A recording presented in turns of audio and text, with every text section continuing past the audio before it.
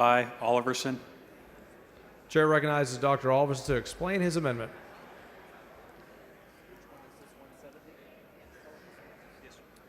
Thank you, Mr. Speaker, members. What this amendment does is it just requires the Medicaid program to verify that people who are registered for Medicaid in this state are not also registered for Medicaid in other states, and that's what it does. And so right now there is a problem with that, and I move adoption.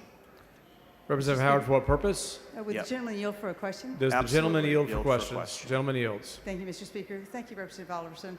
I just want to clarify, because we did talk about this in our Yes. subcommittee, and when we were asking you what kind of resident requirements are you looking at here, what I think you just laid out, is it not that this is just looking at whether or not someone is registered in a separate state? Yes, ma'am. This is residency and enrollment in Medicaid in multiple states. There was a very good Wall Street Journal article, very timely, that came out 2 weekends ago reporting that there were an alarming number of citizens that are enrolled in 2, sometimes 3 different states, many of whom are actually on the same health plan in multiple states.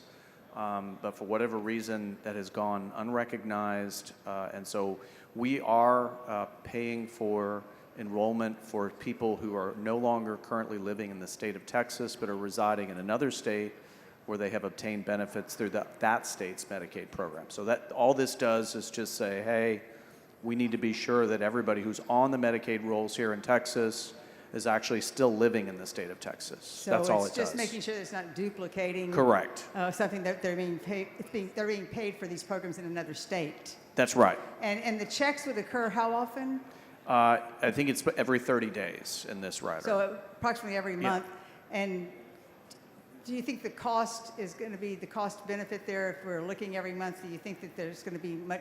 Are we going to find substantially many people that are doing this? Do you have any idea? Yeah, well, I mean, I was kind of like supportive of it, but when I read the article recently and they were comparing some statistics and looking at it, it really is a nationwide problem. Okay. And we're not really aggressively doing anything about it right now. So thank you. I appreciate your clarifying. So this is simply about us not paying for Medicaid services with Texas tax dollars if they're getting Medicaid services with another state's tax dollars. Absolutely, Representative. That's Okay. exactly what we're doing. Thank you very much. Thank you. Mr. Speaker, Representative Collier, for what purpose? will the gentleman yield for a question? Will the gentleman yield for questions? Yes, I would yield for Gentleman question. yields. Dr. Oliverson, I just want to make sure, I just want to ask one clarifying question. Of course. Under your proposal, the third-party vendor, who do they give the money to? If they collect, if there's an overpayment, where does the money go? I believe it comes back to us. Well, does your bill say that, or your rider say that?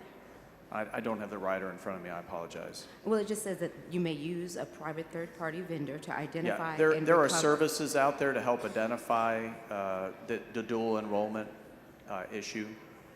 This is becoming a real problem, and so there's not historically been a very good method to be able to track that down. But is there a mechanism for the money that they collect to be returned to the state, or do they get to keep the money? No, I believe the money is returned to us. Does that need to be spelled out in the rider? I don't know if you want to talk about it. If you think that needs to be spelled out, I'm okay with that. I think Want it to make does. sure we're not paying for somebody's Medicaid enrollment that resides in another state. But if they're going to collect an overpayment, then we want to make sure that it goes back to the state and not to that third-party vendor. Sure, yes. Scrivener Hawkins, for what purpose? Will the gentleman yield for a couple questions? Does the gentleman yield for questions? Yes. Gentleman yields. In reading your amendment, you say that you want to verify and make sure they live in the state of Texas? Correct. The situation we're trying to address is where somebody has left the state of Texas and they are still on our Medicaid rolls and we're still paying annually their enrollment, and yet they reside in another state where they're also eligible to receive Medicaid benefits. So in some cases, you might have the same Medicaid managed care organization that is receiving 3 enrollment fees for the same person. I understand that, Dr. Oliver. But what I didn't see in your amendment was that it related to the specifically identifying the state. Can you tell me what line shows that? It just says residency.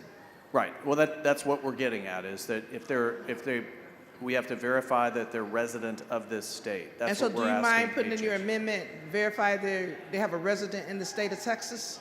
I think it already does that. Could you tell me the line item, what line it shows where they're resident in the state of Texas? All I see is residency. Well, I mean, I think that's implied in what we're saying here, that they have to have residency here to be eligible for our program. So I think, I understand it doesn't specifically say in Texas, but residency and being eligible here in the state of Texas would So we can require assume that. So you're on the record saying to verify that they're in the state of Texas? 100%. All right. The other question that I have is you say that a vendor. So again, I want to know, is this a vendor bill? Is this the comptroller? Is this the auditor? Who is the verifier? It would be up to the commission to decide what program to use to verify. There are also our federal programs that are able to provide this service, so it's just how they want to perform these checks. We didn't want to tie their hands in terms of what they thought would be Do the you know most the fiscal effective way. note that's tied to this? How much would that cost? I don't have that in front of me, I'm sorry. So you don't know exactly what it would cost us. You think it would be consumed in their existing budget? I think it probably would end up being cost neutral, if not resulting in a significant savings based on the data that I've seen. Were you aware that the Texas State Auditor already operates a fraud hotline? Were you aware of that? I am aware of that. And you think that's not sufficient? It clearly isn't, according to the investigative journalism I've read. And do you know of any specific cases of people who are getting dual or triple payments? As I said, I read a very detailed explanation of this in the Wall Street Journal 2 weeks ago, and I don't have that in front of me, but you can go look it up. It's definitely a real problem. Is that happening in the state of Texas, or that's just happening other places? Nationwide. Nationwide. Yes, ma'am. Thank you for answering my questions. Of course, always. Move adoption.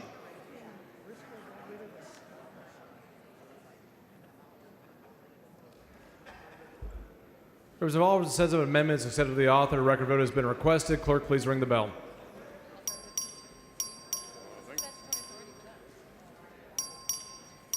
Have all members voted? Have all members voted? There being 105 ayes and 41 nays, the amendment is adopted.